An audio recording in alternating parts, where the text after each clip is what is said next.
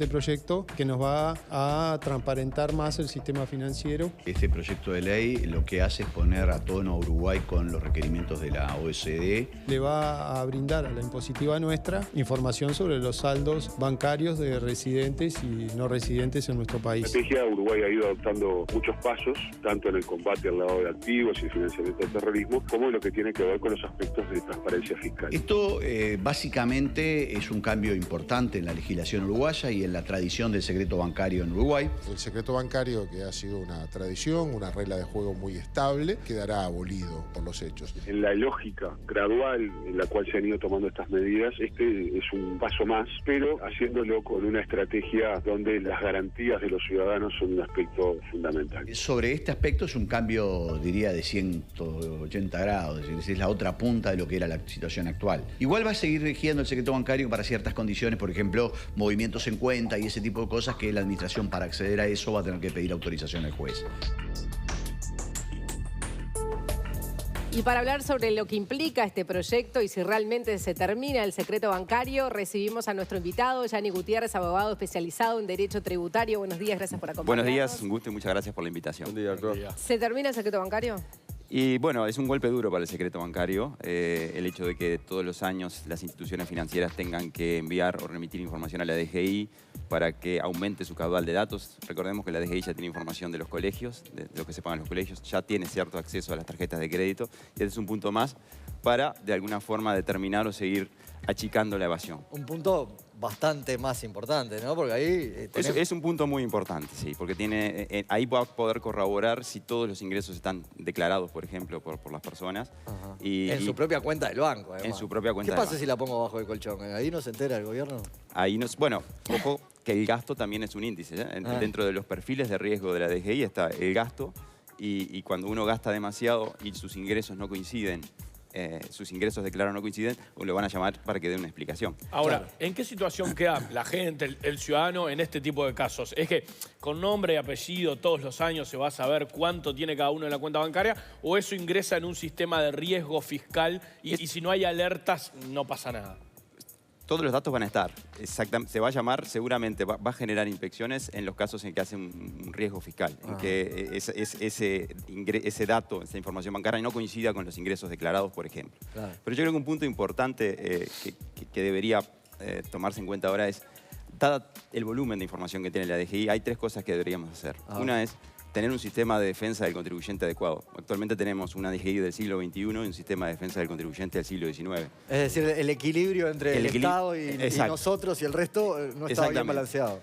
Mirando en el IRPF surgió con tasas bajas, pocas deducciones, ¿no? Ahora vamos a pasar a un ajuste fiscal con tasas altas y menos deducciones aún, ¿no? Y la excusa o la razón por la que no se daban deducciones es no tenemos los sistemas de información adecuados porque para tener deducciones tenemos que controlar que todos estén pagando. Ahora que vamos a tener una especie de gran hermano fiscal... Vamos a pagar más. Deberíamos tener la posibilidad de deducir más cosas. Claro, pero al revés, vamos a pagar más con este... Con el ajuste fiscal como está, sin duda, quienes tienen deducciones, por ejemplo, las familias con hijos van a pagar más impuestos. Claro. Acá ya ni se habla mucho de la lista de la OCDE, que tenemos que cumplir con eso. ¿Por qué es tan importante la OCDE y hacer caso a esas recomendaciones que da? Es un excelente punto. La OCDE es increíble el poder que ha tomado en los últimos tiempos. Tiene más poder que las Naciones Unidas. Se da cuenta que el presidente de uno de los directivos de la OCDE, Ángel Gurría, dice: quien no se ajuste a estas nuevas normas de transparencia va a ser un paria.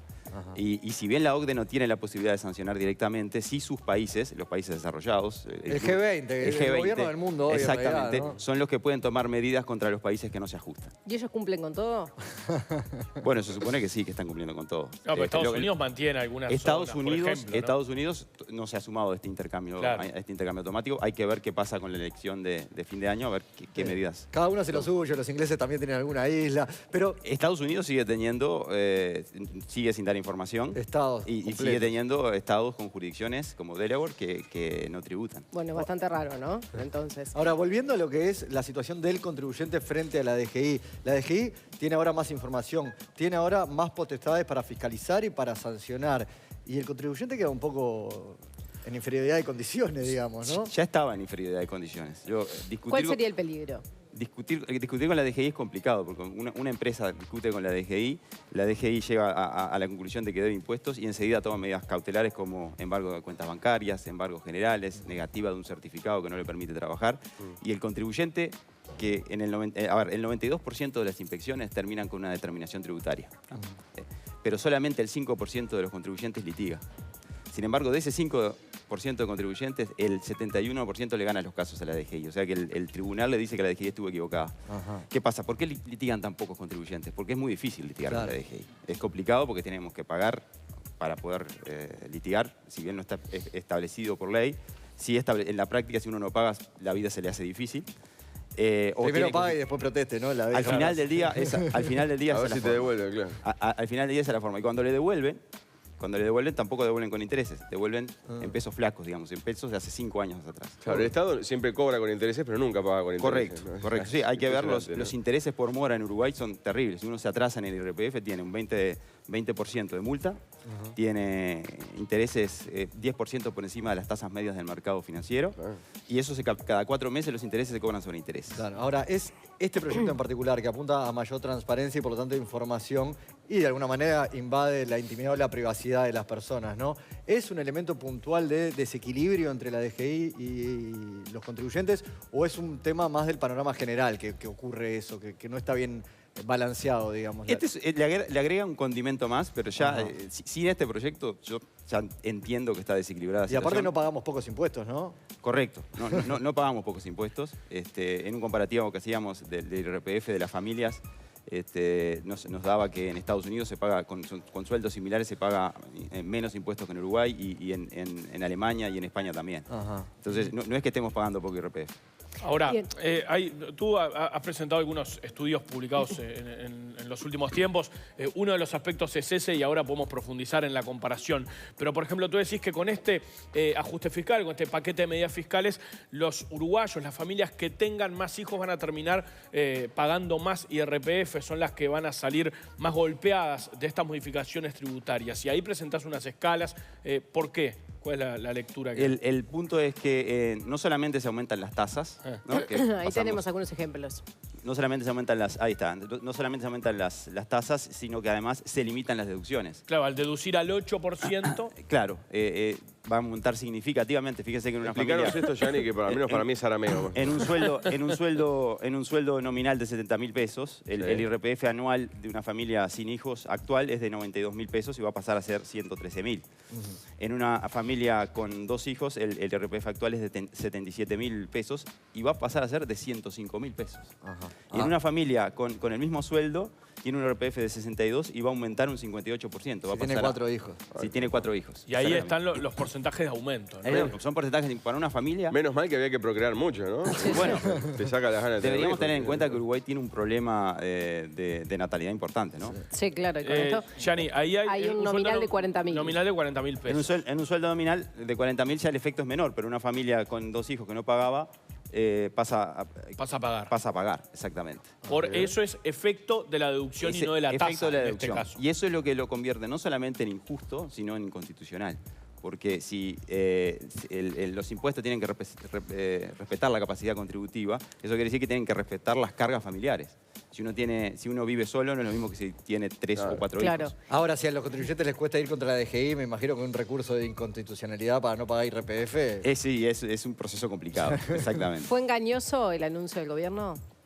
Bueno, no lo puedo calificar. Yo lo que digo, el gobierno aceptó que iba a haber un ajuste y que ciertas personas iban a tener que pagar más. Yo estoy hablando de las familias que ya pagaban, sin duda van a pagar más.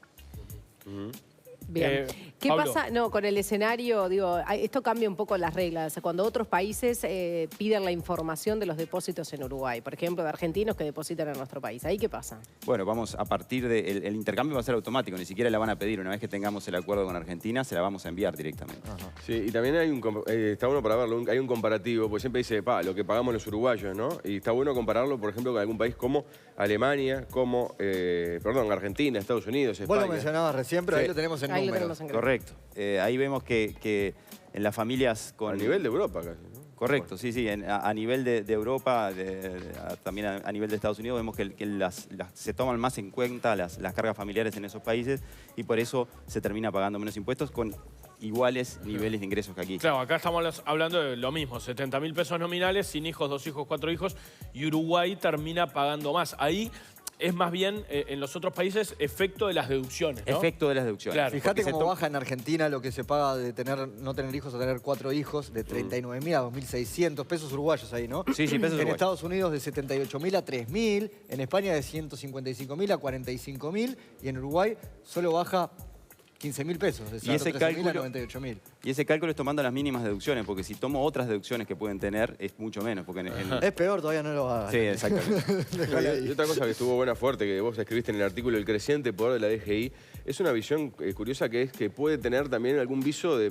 política metido dentro de del fisco o de lo que es estos cambios. Bueno, lo que nosotros advertimos en el libro es, en todos los países donde se ha aumentado el poder de la DGI, siempre ha sido una herramienta para usar en cuestiones políticas. Ha pasado en todas, tanto en izquierda como en derecha. Pasó con Nixon, pasó en Venezuela. Entonces, lo que nosotros advertimos es, para evitar eso, que no ha pasado acá, sería bueno darle al contribuyente una herramienta fuerte, un proceso de defensa adecuado. Porque esto a mí me suena, es como cuando la pareja agarra el celular del otro, que si busca algo va a encontrar, la DGI también. Si quiere rascarte algo, dice, estás de vivo, perfecto. ¿Qué tipo de herramienta podría tener el contribuyente? Y bueno, por lo menos discutir que un tercero imparcial, que un juez, decida rápidamente. Actualmente demora 5 o 6 años en obtener un fallo. Y mientras tanto, la DGI, por ejemplo, le puede embargar las cuentas bancarias y le paraliza una cuenta bancaria. Preferís pagar a que te embarguen de repente. Correcto. Es que a veces no tiene más remedio. No te queda otra. Claro. Yanni Gutiérrez, muchísimas gracias por acompañarnos. A las órdenes. Gracias, Yanni. Momento ahora de ver cómo está el tiempo.